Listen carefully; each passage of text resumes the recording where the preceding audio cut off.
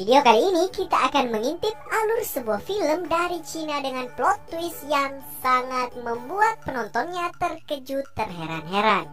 Film ini berjudul Deception of the Novelist yang dirilis tahun 2019. Mengisahkan tentang pasangan suami istri yang terlibat tragedi kematian seorang wanita secara misterius di apartemennya. Hal itu pun membuat keduanya menjadi tersangka. Tapi mereka berusaha mengelak dan bahkan saling tuduh-menuduh satu sama lain. Lantas siapakah pembunuh yang sebenarnya? Tanpa banyak basa-basi lagi, kita langsung saja intip alur film lengkapnya guys. Check it out.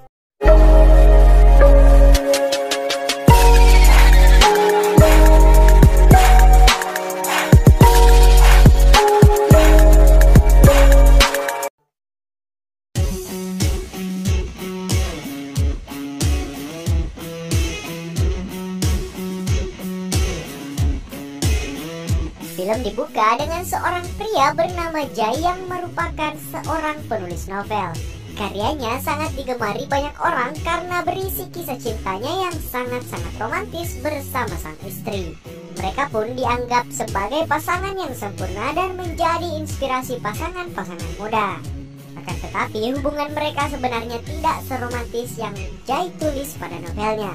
Istrinya bernama Kiki terkadang membuat Jay sangat kesal karena sifatnya yang pemalas dan tukang suruh-suruh.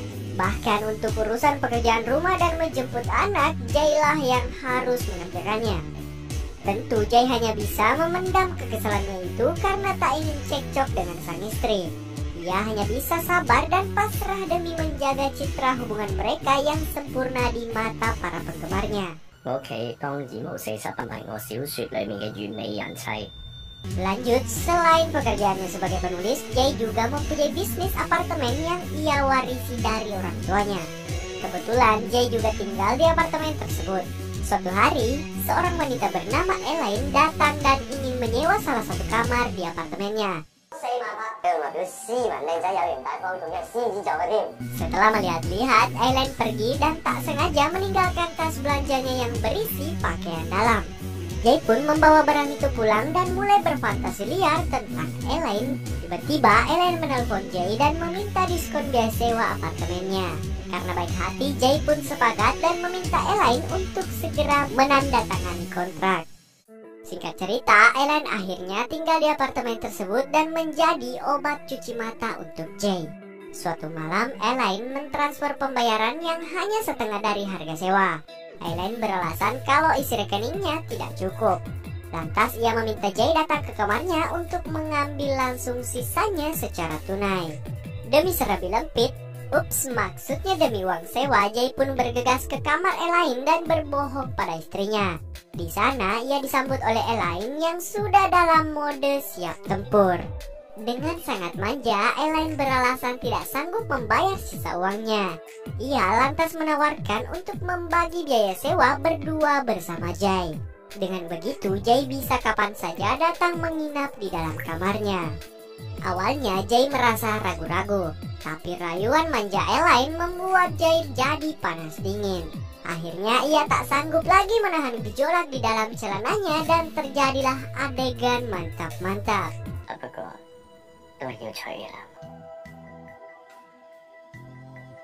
Kemudian hari-hari berikutnya Jay pun selalu berbohong pada istrinya untuk keluar berolahraga ke tempat gym. Padahal yang sebenarnya terjadi, ia pergi berolahraga di kamar Elaine.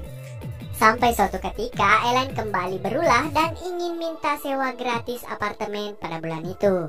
Ia berjanji akan membayar semuanya pada bulan depan. Meski sama-sama enak, tentunya Jay menolak karena sudah terlalu banyak memberi diskon pada Elaine. Tapi untuk meyakinkan Jay, Elaine menulis surat pernyataan kalau Jay bisa melakukan apapun pada dirinya sesuka hati dan tetap akan membayar sewa setiap bulan. Seketika Jay pun luluh dan siap menerima bayaran sewa kapanpun Elaine bisa. Mereka pun melanjutkan permainan dan tanpa Jay sadari surat pernyataan yang ditulis oleh Elaine terjatuh ke bawah ranjang. Lanjut, Kiki mulai merasa curiga kepada kelakuan Jay yang sering pulang terlambat. Bahkan hari itu ia baru ada di rumah saat pagi hari. Sejak saat itu, Kiki pun akhirnya selalu ikut setiap kali Jay ingin pergi ke tempat gym. Hal itu membuat Jay tidak punya kesempatan dan alasan lain untuk bertemu dengan Elaine. Selama berhari-hari, ia pun hanya bisa memanfaatkan waktu membuang sampah untuk sekedar beradu bibir singkat dengan Elaine. Karena sudah mulai tak tahan, Jay mengatur rencana liburan untuk istrinya.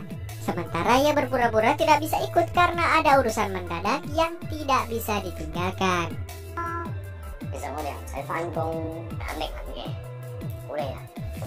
Singkat cerita, setelah Kiki pergi, Jay pun akhirnya punya kesempatan untuk bisa bermantap-mantap dengan Elaine.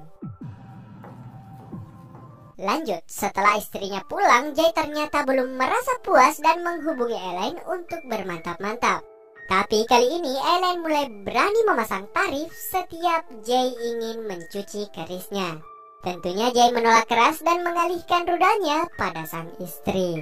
Tapi saat ingin bermantap-mantap, Kiki menolak karena mereka kehabisan karet pengaman. Jay pun langsung pergi untuk mengalihkan kekesalannya di tempat gym. Singkat cerita, pada suatu hari Jay panik karena Elaine membawa pergi anaknya tanpa sepengetahuannya. Ia pun bergegas mencari Elaine untuk memastikan anaknya baik-baik saja. Untungnya Jay tepat waktu dan menemukan mereka di sebuah taman. Kali ini Elaine merayu Jay dan ingin meminjam uang yang jumlahnya tidak sedikit. Jay pun hanya bisa pasrah karena Elaine mengancam akan membeberkan hubungan terlarang mereka. Kelakuan Elaine tak berhenti sampai di situ.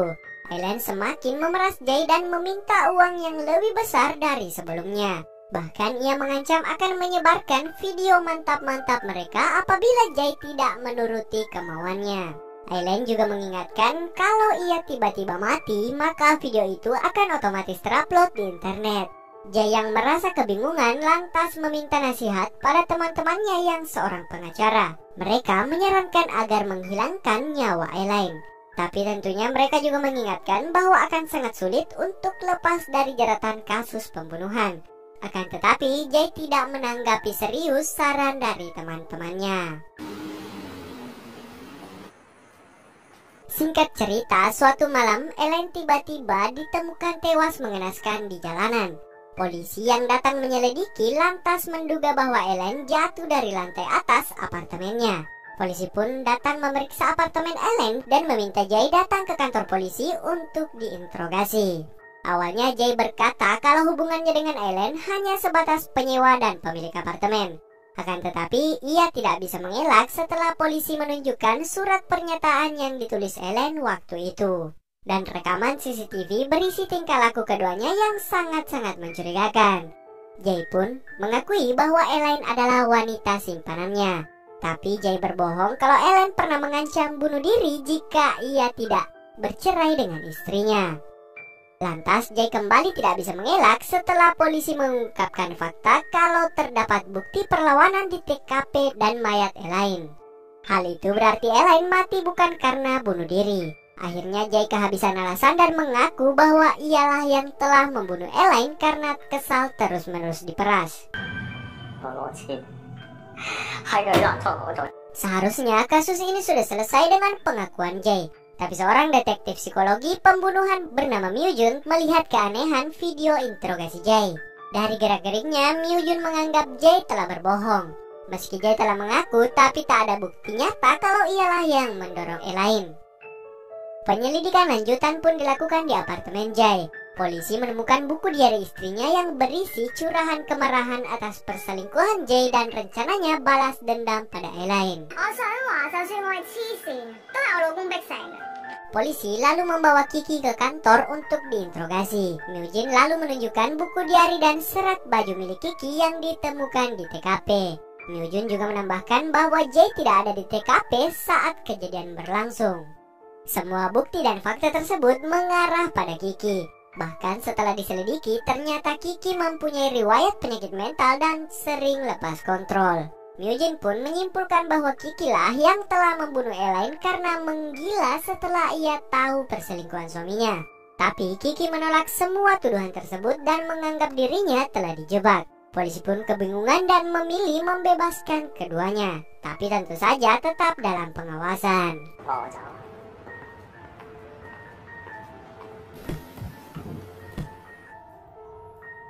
Singkat cerita, saat mereka berangkat untuk menjemput anaknya, di dalam perjalanan ternyata Kiki membius Jay dan membawanya ke suatu tempat. Setelah sadar, Kiki langsung protes pada Jay karena telah menjebaknya sehingga ia dikejar-kejar oleh polisi. Lantas Jay balik menyalahkan Kiki yang ternyata dari awal sengaja menyewa Elaine untuk mendekati suaminya sendiri. Jadi atas perintah Kiki, Elaine diminta untuk merekam mantap-mantapnya dengan Jay. Nantinya video itu akan Kiki gunakan untuk merusak reputasi suaminya. Kenapa? Karena Kiki sangat membenci Jay yang begitu munafik penjual kebohongan tentang hubungan mereka dalam karya novelnya. Akan tetapi keserakahan Elaine luput dari perhitungan Kiki. Elaine justru menggunakan video itu untuk memeras Jay dengan uang yang lebih banyak ketimbang bayaran dari Kiki. Lanjut, Kiki pun melampiaskan kemarahannya dengan menampar Jay berkali-kali. Kemudian Jay melawan dan berhasil melepaskan diri. Akan tetapi dengan kondisinya yang terluka, Jay kembali ditangkap kemudian diikat pada alat pemotong kayu. Untungnya polisi datang tepat waktu dan berhasil menyelamatkan nyawa Jay. Sementara Kiki pun langsung diringkus polisi. Singkat cerita, akhir film memperlihatkan fakta bagaimana Jay merencanakan dan mengeksekusi dengan rapi kematian Elaine. Jay menulis buku diari istrinya dan membuat rekam medis sakit mental palsu sehingga polisi percaya bahwa istrinya memang gila. Jay lalu membius Elaine dan merekayasa kematiannya dengan pakaian istrinya. Bahkan Jay juga membuat mesin pelontar otomatis agar Elaine seakan-akan mati didorong oleh seseorang dan membuat alibi dirinya berada di tempat lain ketika kejadian berlangsung. Setelah peristiwa itu, Kiki lalu ditangkap dan masuk ke rumah sakit jiwa. Sementara Jay lepas dari segala tuntutan dan hidup bebas bersama putranya. Dan film pun selesai.